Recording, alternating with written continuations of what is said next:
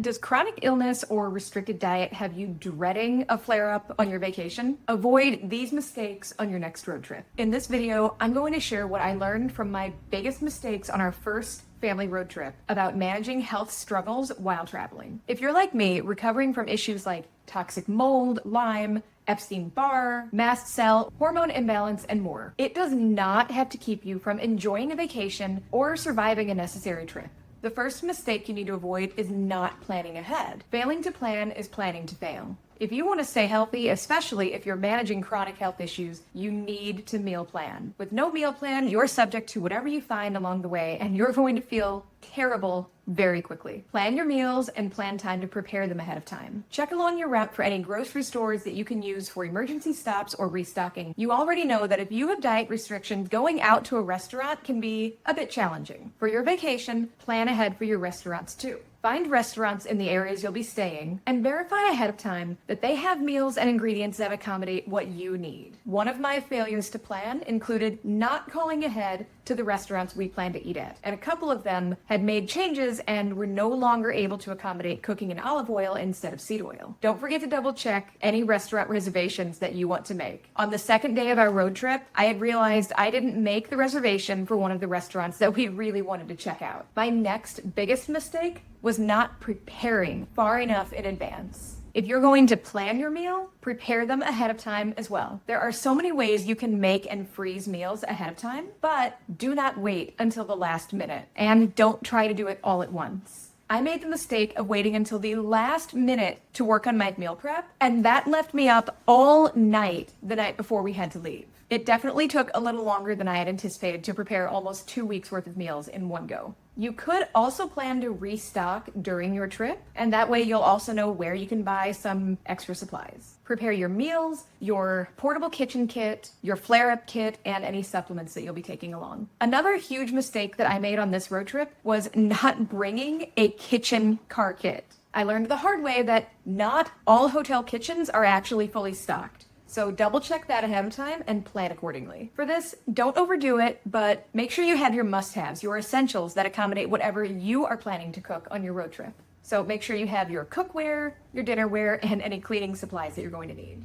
Mistake number 4, not bringing a flare-up kit. I know what I need to manage any flare-ups that I have. Yours would be a little different from mine. If you already know particular supplements or medicines or routines that you have to help manage a flare-up and bring it back down, prepare that ahead of time and have a kit with you for emergencies. The sister mistake to this would be bringing your entire medicine cabinet. You don't necessarily need every little thing or be over-prepared for every possible illness or incident that you might face. Pre-portion your supplements and your emergency kit, label them, and bring what you're going to use. Now that you've planned ahead for your actual road trip, make sure you avoid this mistake as well. Not planning for the time after your return. When you finally get home, you will probably be exhausted, busy, and everything will be a little chaotic. Something I really wish I had done for our first family road trip was meal plan and prep ahead of time for the days following our return. Having at least 2 or 3 days prepared and frozen ahead would have made the days following our return so much easier and more well-rested. Instead, I was haphazardly scrounging about trying to throw things together or relying on convenience foods, and that's never good. Leave yourself some wiggle room and recovery time as well. For this road trip, I was overambitious about my improved health. I did not allow myself that time to settle in. It ended up taking me weeks to catch up because I didn't plan myself just maybe 2 or 3 days to take it easy, unpack, and catch up. One of my most damaging mistakes was overindulging a little bit on the trip. For all of my careful planning, I ended up having a little too much that I shouldn't have had between not checking with restaurants in advance about seed oils and the last couple days of our trip enjoying places like the Salty Donut in North Carolina and a last-minute restaurant change where I overindulged on the pita bread.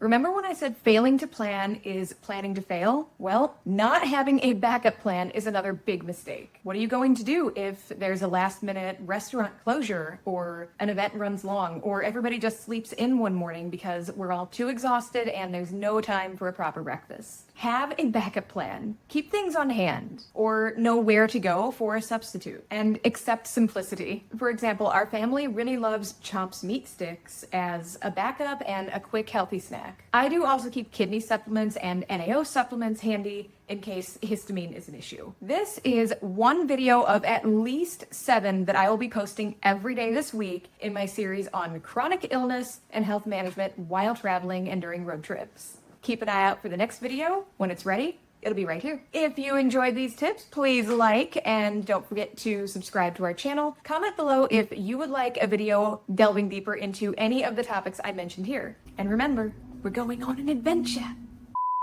Boom! Does chronic illness or restricted diet